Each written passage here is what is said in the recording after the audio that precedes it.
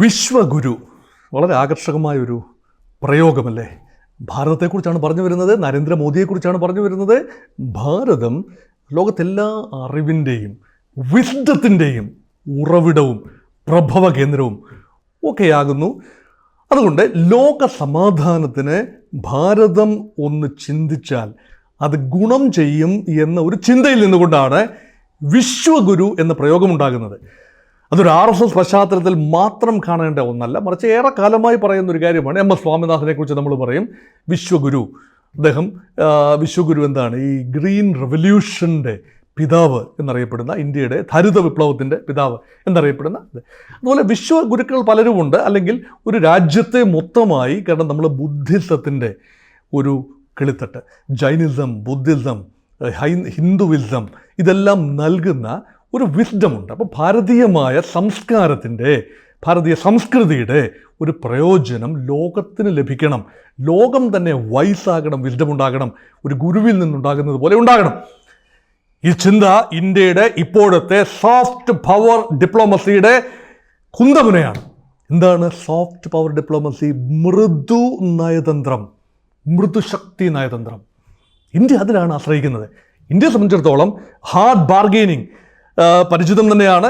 എല്ലാ കാലത്തും അത് ചെയ്യുന്നു. വളരെ ബാലൻസ്ഡ് ഫോറിൻ പോളിസിയാണ്, ബാലൻസ്ഡ് ഡിപ്ലോമസിയാണ്. അതിനോടൊപ്പം തന്നെ നമ്മുടെ ശക്തി, നമ്മുടെ ആത്മീയ ശക്തി, ചൈതന്യം ഉൾപ്പെടെ വിദേശ ബന്ധത്തിനെ ഉപയോഗപ്പെടുത്തുന്ന ഒരു രീതിയാണ്. അത് ഇന്ത്യയുടെ പ്രവാസികൾ ഒരു മൃദുശക്തിയാണ്. ഇന്ത്യയുടെ പ്രവാസികൾ, ഇന്ത്യൻ വംശജരായ ആളുകൾ ലോകത്തിൻ്റെ വിവിധ ഭാഗങ്ങളിൽ, അമേരിക്കയിൽ ഉൾപ്പെടെ, യൂറോപ്യൻ സമൂഹത്തിൽ ഉൾപ്പെടെ, ഗൾഫ് നാടുകളിൽ ഉൾപ്പെടെ, ലോകത്തിൻ്റെ എല്ലാ ഭാഗത്തുമുള്ള ഇന്ത്യൻ ഡയസ്പോറ, പ്രവാസ ലോകം, അത് നൽകുന്ന ഒരു സാംസ്കാരിക വൈവിധ്യം, അത് ഒരു മൃദുശക്തിയാണ്. അതുപോലെ ഇന്ത്യയുടെ തനത് ആയോധന കലകൾ, തനത് ആരോഗ്യ സംവിധാനം, ആയുർവേദം പോലെയുള്ള ആരോഗ്യ സംവിധാനം, തനത് മതസംഹിതകൾ, ബുദ്ധിസം പോലെയുള്ള കാര്യങ്ങൾ, ഇതെല്ലാം തന്നെ നമ്മുടെ സോഫ്റ്റ് പവർ ഡിപ്ലോമസിയുടെ ഭാഗമാണ്. ഒന്നും വേണ്ട, ഇന്ത്യയുടെ ആഹാര സാധനമായി ഇന്ത്യയിൽ വളരുന്ന ചെറിയ ധാന്യങ്ങൾ, മില്ലറ്റുകൾ, അതുപോലും ഇന്ത്യയുടെ മൃദു നയതന്ത്രത്തിൻ്റെ ഭാഗമാണ്. എന്നാൽ ഇനി യഥാർത്ഥ നയതന്ത്രത്തിലേക്ക് വരാം. ഇന്ത്യ ഏറെക്കാലമായി ഫോളോ ചെയ്യുന്ന ഒരു പോളിസിയുണ്ട് നയതന്ത്രത്തിൽ. അതിൻ്റെ പേരാണ് ബൈലാറ്ററലിസം. ഏതെങ്കിലും രാജ്യവുമായി പ്രശ്നമുണ്ടെങ്കിൽ അത് ഉഭയകക്ഷി ചർച്ചയിലൂടെ പരിഹരിക്കാം. അതിനർത്ഥം ഇന്ത്യ ഒരു രാജ്യത്തിനും മധ്യസ്ഥനാവില്ല. ഇന്ത്യക്ക് ഒരു രാജ്യത്തിൻ്റെയും മധ്യസ്ഥത വേണ്ട ഏതെങ്കിലും രാജ്യവുമായി തർക്കം പരിഹരിക്കാൻ. ഇതിൻ്റെ പേരാണ് ബൈലാറ്ററലിസം, ഉഭയകക്ഷി ബന്ധങ്ങൾ. എന്നാൽ നരേന്ദ്രമോദിയുടെ റഷ്യ സന്ദർശനം ജൂലൈയിലുണ്ടായത്, നരേന്ദ്രമോദിയുടെ ഉക്രൈൻ സന്ദർശനം ഈ 2024 ഓഗസ്റ്റിലുണ്ടായത്, ഒരു മാസത്തിന് ഇടവേളയിൽ നടന്ന ഈ 2 സന്ദർശനങ്ങൾ ഉയർത്തുന്ന ഒരുപിടി ചോദ്യങ്ങളുണ്ട്. ഇന്ത്യ ഒരു ബാലൻസിങ് ഫോറിൻ പോളിസിയിലേക്ക് നീങ്ങുകയാണ്. റഷ്യയുമായിട്ടുള്ള ചങ്ങാത്തം നിലനിർത്തിക്കൊണ്ട് തന്നെ, സൗഹൃദം നിലനിർത്തിക്കൊണ്ട് തന്നെ ഉക്രൈനുമായി സമരസപ്പെടുന്ന ഒരു നയതന്ത്രം. അതുകൊണ്ട് റഷ്യൻ പ്രസിഡന്റ് വ്ളാഡിമിർ പുടിനും ഉക്രൈനിയൻ പ്രസിഡന്റ് വൊലോദിമിർ സെലൻസ്കിക്കും ഒരുപോലെ പ്രിയങ്കരനായി മാറാൻ നരേന്ദ്രമോദിക്ക് കഴിഞ്ഞുവെങ്കിൽ അവർ തമ്മിലുള്ള തർക്കത്തിന്, ഉക്രൈനും റഷ്യയും തമ്മിലുള്ള തർക്കത്തിന് ഭാരതത്തിന് എന്തുകൊണ്ട് മധ്യസ്ഥത വഹിച്ചുകൂടാ? സ്വാഭാവികമായ ചോദ്യമാണ്. സ്വാഭാവികം, തികച്ചും സ്വാഭാവികമായ ഒരു ചോദ്യം. പക്ഷെ നമ്മുടെ നയം, നമ്മുടെ വിദേശ നയം അതല്ലല്ലോ. നമ്മൾ മധ്യസ്ഥത വഹിക്കില്ല, ആർക്കും മധ്യസ്ഥത വഹിക്കില്ല, നമ്മൾക്ക് മധ്യസ്ഥത ആവശ്യവുമില്ല. പക്ഷേ ഇങ്ങോട്ട് ആവശ്യപ്പെട്ടാൽ വൊലോദിമിർ സെലൻസ്കി മോദിയോട് ഒരു ആഗ്രഹം പറഞ്ഞു. അടുത്ത സമാധാന സമ്മിറ്റ് ന്യൂഡൽഹിയിൽ വെച്ചായാൽ നല്ലത്. ഒരു സമാധാന സമ്മിറ്റ് ഉണ്ടായിരുന്നു ജനീവയിൽ വെച്ച്, സ്വിറ്റ്സർലൻഡിൽ വെച്ച്. അതിൽ ഒരു നയരേഖ ഉണ്ടാക്കുന്നതിൽ ലോകരാജ്യങ്ങൾ പരാജയപ്പെട്ടു. ആ ഒരു ജോയിന്റ് ഡിക്ലറേഷനിൽ ഇന്ത്യ സൈൻ ചെയ്തതുമില്ല. ഇന്ത്യയെ സംബന്ധിച്ചിടത്തോളം റഷ്യയെ ആക്രമണകാരിയായി, അഗ്രസറായി അടയാളപ്പെടുത്താൻ സാധ്യതയില്ല, താല്പര്യമില്ല. അതുകൊണ്ട് ഇന്ത്യ റഷ്യൻ പക്ഷപാതിയാണ് എന്നതല്ല, മറിച്ച് റഷ്യ ഉക്രൈനെ ആക്രമിച്ചു, അവിടെ റഷ്യയാണ് കുറ്റക്കാരൻ എന്ന രീതിയിൽ എഴുതി വെക്കുന്ന ഒരു കരാറിൽ ഒപ്പിടാൻ ഇന്ത്യ തയ്യാറല്ല. അതിനർത്ഥം എന്താണ്? ഒരു മധ്യസ്ഥത റഷ്യക്ക് വേണ്ടി വന്നാൽ ആശ്രയിക്കാവുന്ന ഒരു ചങ്ങാതി ഇന്ത്യയായി മാറും. റഷ്യക്ക് സ്വീകരിക്കാവുന്ന ഒരു ചങ്ങാതി, ചരിത്രപരമായ ബന്ധമുണ്ട്.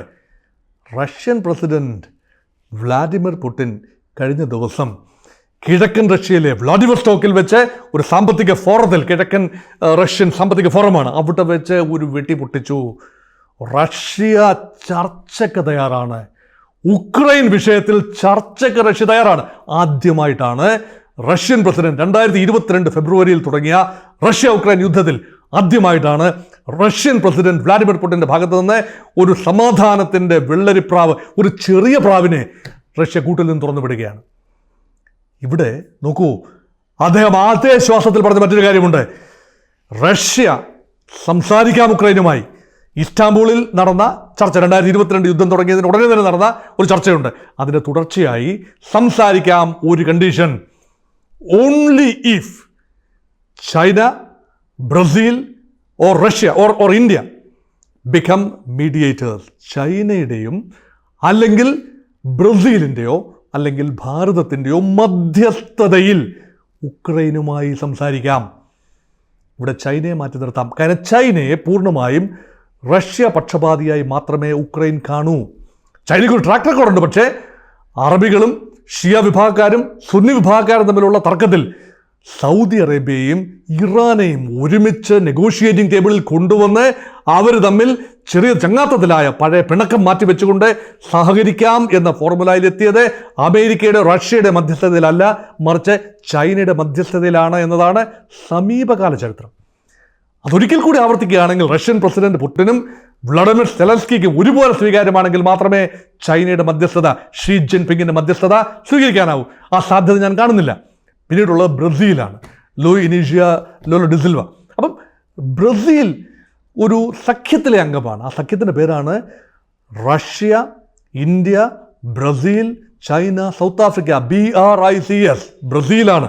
ബ്രസീൽ റഷ്യ അല്ലെ, BRI India, C China, S South Africa. 5 രാജ്യങ്ങൾ അടങ്ങിയ ഒരു അന്താരാഷ്ട്ര സഖ്യം. അതിലിപ്പോൾ 9 അംഗങ്ങളുണ്ട്. അതിലിപ്പോൾ ഇറാനും UAEയും UAE ചോദിച്ചിരിക്കുകയാണ്, സൗദി അറേബ്യയും ചോദിച്ചിരിക്കുകയാണ് മെമ്പർഷിപ്പ്. അതുപോലെ ഈജിപ്റ്റ് അംഗമാണ്, എത്യോപ്യ അംഗമാണ്. അപ്പം ആഫ്രിക്കയിലെയും ഏഷ്യയിലെയും ലാറ്റിൻ അമേരിക്കയിലെയും ശക്തമായ അമേരിക്ക ചേരിയിലല്ലാത്ത, പാശ്ചാത്യ ചേരിയിലല്ലാത്ത അതിദ്രുതം വളരുന്ന സമ്പദ് വ്യവസ്ഥകൾ ഒത്തുചേർന്ന് അമേരിക്കൻ മേധാവിത്വത്തിനെതിരെ, അമേരിക്കൻ ഡോളറിൻ്റെ തേർവാഴ്ചക്കെതിരെ ഒരു സമാന്തര ലോകക്രമം പെടുത്തുയർത്താനുള്ള ചൈനയുടെയും റഷ്യയുടെയും ഇന്ത്യയുടെയും താല്പര്യങ്ങൾ കൺവേർജ് ചെയ്യുന്ന പോയിന്റാണ് ബ്രിക്സ്. ബ്രിക്സ് വളർന്നുകൊണ്ടിരിക്കുകയാണ്. 9 അംഗത്തിൽ നിന്നും 2 പേരും കൂടെ ചേർന്നാൽ 11 അംഗങ്ങളുമായി ബ്രിക്സ് വളരുകയാണ്. അപ്പം G20 ഒരു വശത്തുണ്ട്, എല്ലാ രാജ്യങ്ങൾക്കും പ്രാതിനിധ്യമുള്ള പ്രധാനപ്പെട്ട 20 രാജ്യങ്ങൾ. അതുപോലെ അമേരിക്ക മേധാവിത്വത്തിനെതിരെ നിൽക്കുന്ന ബ്രിക്സ് ഉണ്ട്. ആ ബ്രിക്സ് രാജ്യങ്ങളായ 3 രാജ്യങ്ങളുടെ പേരുകളാണ് വ്ളാഡിമിർ പുടിൻ എണ്ണിപ്പറഞ്ഞത്. China, India and Brazil. Brazil ആ ഒരു ലീഗിലേക്ക് വന്നു എന്ന് ഞാൻ വ്യക്തിപരമായിട്ട് കരുതുന്നില്ല. പിന്നെ ഉള്ളത് ഇന്ത്യയാണ്. നരേന്ദ്രമോദി ആഗ്രഹിക്കുന്നതും അമരത്വമാണ്. 2 ടേം പ്രധാനമന്ത്രിയായിരുന്നു. ലോകരാജ്യങ്ങൾ മിക്കതും സന്ദർശിച്ചു കഴിഞ്ഞു. ഏറ്റവും അധികം ലോകരാജ്യങ്ങളിൽ ഉലകം ചുറ്റും വാലിബൻ എന്ന രൂപത്തിൽ നടന്നൊരാളാണ് നരേന്ദ്രമോദി. അതുകൊണ്ട് നരേന്ദ്രമോദിക്ക് ഒരു ഇൻട്രഡക്ഷൻ്റെ ആവശ്യമില്ല. ലോക നേതാക്കളുടെ ഇടയിൽ തല ഉയർത്തി നിൽക്കുകയാണ്. നരേന്ദ്രമോദി അനുകൂലിക്കുന്നവരുണ്ടാകാം, പ്രതികൂലിക്കുന്നവരുണ്ടാകാം. പക്ഷേ ഇന്ത്യക്ക് അന്താരാഷ്ട്ര വേദികളിൽ ഒരു വ്യക്തമായ മേൽവിലാസം ഉണ്ടാക്കി കൊടുക്കാൻ നരേന്ദ്രമോദി വഹിച്ച പങ്കിനെ നമ്മൾ തുച്ഛീകരിച്ച് കാണാനുമാവില്ല. പക്ഷേ നരേന്ദ്രമോദി മധ്യസ്ഥത വഹിക്കുന്ന ഒരു റഷ്യ ഉക്രൈൻ സന്ധി സംഭാഷണം എന്നെ സംബന്ധിച്ചിടത്തോളം കൗതുകമാണ്. കാരണം മുൻകാലങ്ങളിൽ റഷ്യ അല്ലെങ്കിൽ അമേരിക്കയാണ് സന്ധി സംഭാഷണങ്ങൾക്ക് മുൻകൈ എടുത്തിരുന്നത്. നോക്കൂ, അവസാനമായി നമ്മൾ പാകിസ്ഥാനുമായി സന്ധി സംഭാഷണം നടത്തിയത് താഷ്കൻഡിലാണ്.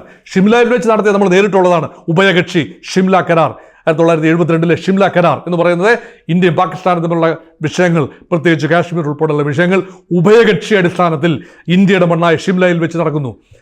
പക്ഷേ താഷ്കൻഡ്, അത് അന്നത്തെ സോവിയറ്റ് യൂണിയൻ്റെ ഭാഗമാണ്. താഷ്കൻഡിൽ വെച്ച് നടന്ന സോവിയറ്റ് യൂണിയൻ്റെ മധ്യസ്ഥതയിൽ പാകിസ്ഥാനും ഇന്ത്യയും തമ്മിൽ നടന്ന ചർച്ച. അവിടെ വെച്ചാണല്ലോ ലാൽ ബഹദൂർ ശാസ്ത്രി, ഇന്ത്യൻ പ്രധാനമന്ത്രി, അവിടെ വെച്ചാണല്ലോ ഭരിക്കുന്നത്.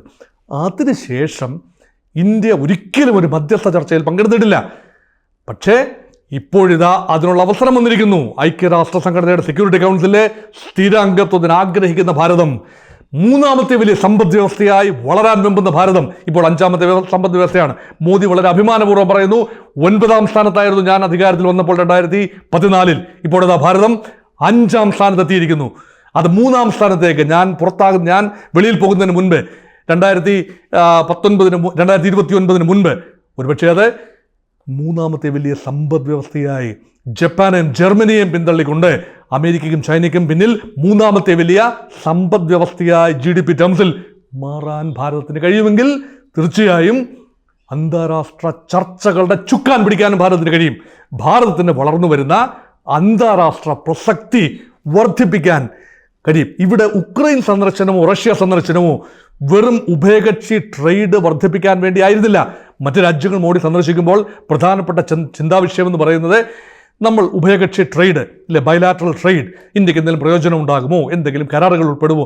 ഇത് കരാറുകൾ ഉണ്ടായി, ചെറിയ തോതിലുള്ള കരാറുകൾ. പക്ഷേ റഷ്യ ഉക്രൈൻ യുദ്ധം 2022 ഫെബ്രുവരി പകുതി മുതൽ നടക്കുന്ന റഷ്യ ഉക്രൈൻ യുദ്ധത്തിന് ശാശ്വതമായ പരിഹാരം സമാധാനത്തിൻ്റെ ദൂതുമായി ഭാരതത്തിൻ്റെ പ്രധാനമന്ത്രിക്ക് നടത്താൻ കഴിയുമെങ്കിൽ ഭാരതത്തിൻ്റെ വലിയ ഒരു കിരീടത്തിലെ വലിയൊരു പൊൻതൂവലായിരിക്കും അതെന്നത് യാതൊരു സംശയവുമില്ല.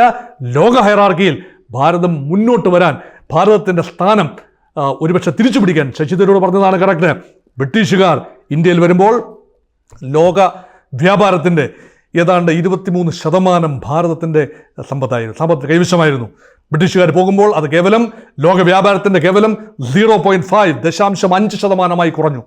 ഇപ്പോഴത് പതിയെ നമ്മൾ നഷ്ടപ്പെട്ടു പോയ ലോക സാന്നിധ്യം, വ്യാപാരം മാത്രമല്ല, ലോകത്തെ ഒരു ശക്തി എന്ന നിലയിൽ, ലോകത്തെ ഒരു ചാലക ശക്തി എന്നുള്ള നിലയിൽ, ലോകത്തെ ഒരു ലോകം ബഹുമാനിക്കുന്ന വിശ്വഗുരു എന്ന രീതിയിൽ ഭാരതം വളർന്നുവെങ്കിൽ ഓരോ ഭാരതീയനും അഭിമാനിക്കാം. പക്ഷേ വളരെയധികം ഈഫ്സ് ആൻഡ് ബട്ട്സ് ഉണ്ട്. ചില കാര്യങ്ങൾ കൂടി ഫുൾഫിൽ ചെയ്താൽ മാത്രമേ ഉള്ളൂ. കാരണം ഉക്രൈൻ ചർച്ചയ്ക്ക് വരണമെങ്കിൽ ഉക്രൈൻ ഒരു ലിവറേജ് ഉണ്ടാകണമെന്ന് സെലൻസ്കി ആഗ്രഹിക്കുന്നു. ആ ലിവറേജ് എന്താണ്? ഉക്രൈൻ്റെ പ്രദേശങ്ങളുടെ ഏതാണ്ട് 1/3 17% റഷ്യയുടെ കൈവശത്തിലാണ്. ഈസ്റ്റേൺ പ്രൊവിൻസസ്, ലുഹാൻസ്, ഡൊണറ്റ്സ്ക് പ്രവിശ്യകളെല്ലാം റഷ്യയുടെ കൈവശത്താണ്. ക്രിമിയ റഷ്യ പിടിച്ചെടുത്തു കഴിഞ്ഞു. എന്നാൽ റഷ്യയുടെ ഭൂപ്രദേശത്തേക്ക് ഉക്രൈൻ ഒരു ചെറിയ ആക്രമണം നടത്തി. ഏതാണ്ട് 1200 ചതുരശ്ര കിലോമീറ്റർ റഷ്യയുടെ മണ്ണ് ഉക്രൈനും പിടിച്ചു. അത് വലിയ അത്ഭുതകരമായ കാര്യമാണെന്ന് തോന്നാം. പക്ഷേ റഷ്യയുടെ ആകമാന ഭൂപ്രദേശത്തിൻ്റെ 0.001% പോലും അത് വരുന്നില്ല എന്നത് മറ്റൊരു സത്യം. അതുകൊണ്ട് വ്ളാദിമിർ പുടിൻ വഴങ്ങണമെങ്കിൽ ഉക്രൈൻ്റെ ഭാഗത്തു നിന്ന് കാര്യമായ വിട്ടുവീഴ്ചകളും ഉണ്ടാകണം. റഷ്യയുടെ ഭാഗത്തു നിന്ന് മാത്രം വിട്ടുവീഴ്ച ഉണ്ടാകാൻ പോരാ, അമേരിക്ക മാറി നിൽക്കണം, നെയ്റ്റോ മാറി നിൽക്കണം. ഉക്രൈൻ ഒരു കാരണവശാലും നെയ്റ്റോയിലോ യൂറോപ്യൻ യൂണിയനിലോ ചേർന്നുകൊണ്ട് ഇത് നടക്കില്ല. അത് ഉറപ്പുവരുത്തണമെങ്കിൽ പാശ്ചാത്യ ലോകം കൂടെ കനിയണം. ഇന്ത്യക്ക് മാത്രമേ, ചൈനയ്ക്കില്ലാത്തതും ഒരുപക്ഷെ ബ്രസീലില്ലാത്തതും അമേരിക്കയോട് പോലും നേരിട്ട് സംസാരിക്കാനുള്ള ആർജവമുള്ള രാജ്യമെന്ന നിലയിൽ പാശ്ചാത്യ ലോകത്തോട് സംസാരിച്ച് അവരെ അവിടുന്ന് മാറ്റി നിർത്തിയെങ്കിൽ മാത്രമേ റഷ്യ ഉക്രൈൻ ബന്ധത്തിൽ ഇന്ത്യക്ക് മധ്യസ്ഥത വഹിച്ചുകൊണ്ട് അത് വിജയത്തിലെത്താൻ കഴിയൂ എന്നതുകൂടി പരിഗണിക്കുമ്പോൾ സാധ്യത ഞാൻ തള്ളിക്കളയുന്നില്ല. അങ്ങനെ വന്നാൽ India can be called a real genuine വിശ്വഗുരു.